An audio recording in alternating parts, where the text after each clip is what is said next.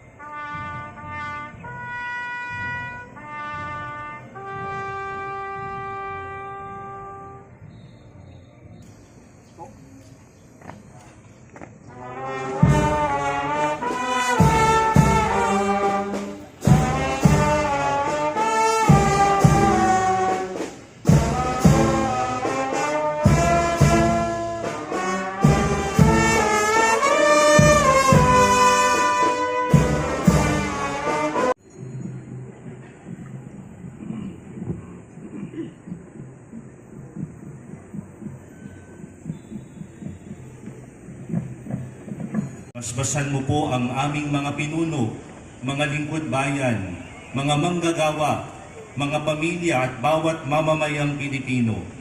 Bigyan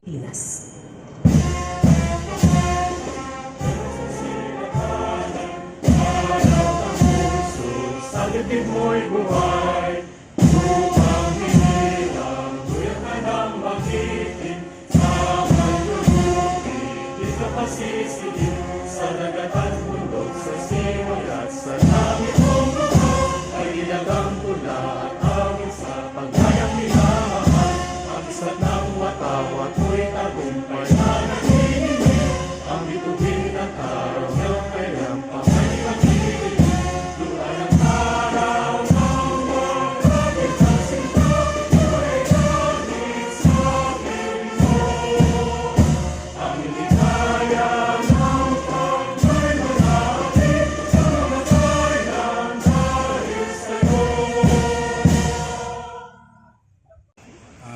Itaas po natin ang ating kanang kamay at sabay-sabay po tayong bigkasin ang panunumpa sa watawat ng Pilipinas. Ako ay Pilipino, buong katapatang nanunumpa sa watawat ng Pilipinas at sa bansa kanyang sinasalisan, ng may dangal, katarungan at kalayaan na ipinakikilos ng sambayan ng makadiyos, makatao, makakalikasan at makabansa.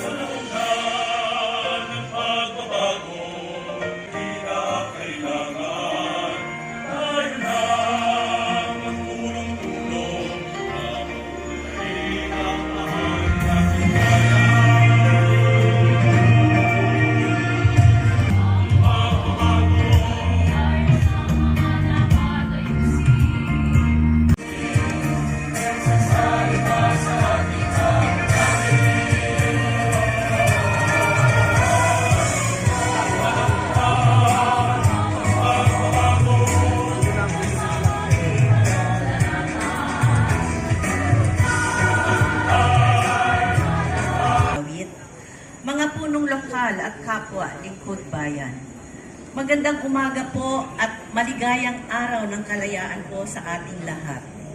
Inaanyayahan dito sa kanlungan ng ating kasarinlan, ang tahanan ni Pangulo Emilio Aguinaldo sa ating pagdiriwang ng ika-128 anibersaryo ng proklamasyon ng ating kalayaan. Buhay sa aking dugo, malahing dakila, magiting at may tangal. Palaging dadalhin sa puso, isip at diwa ang aking pagmamahal sa kultura at bayang sinilangan. Kaysa ng bawat mamamayan, iaalay ko ang aking talino at kasanayan sa pagpapaunlad ng aking bayan. Taglay ang galing na naayon sa mga pandaigdigang pamatayan. Magiging instrumento ako sa pagsulong na tinamasan. Nagising tayo sa katotohanan sa di makatuwirang pagbitay sa mga paring Jose Burgos, Mariano Gomez at Jacinto Zamora. Carries forward a proud legacy as the third generation of public servants.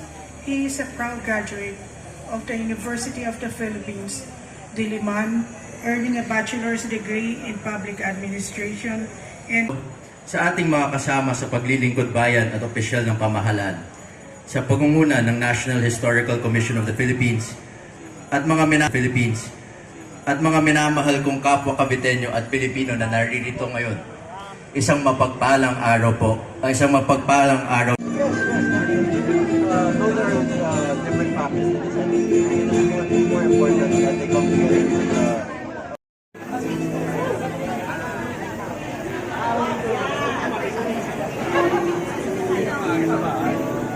Sakalo sa bahay na, no?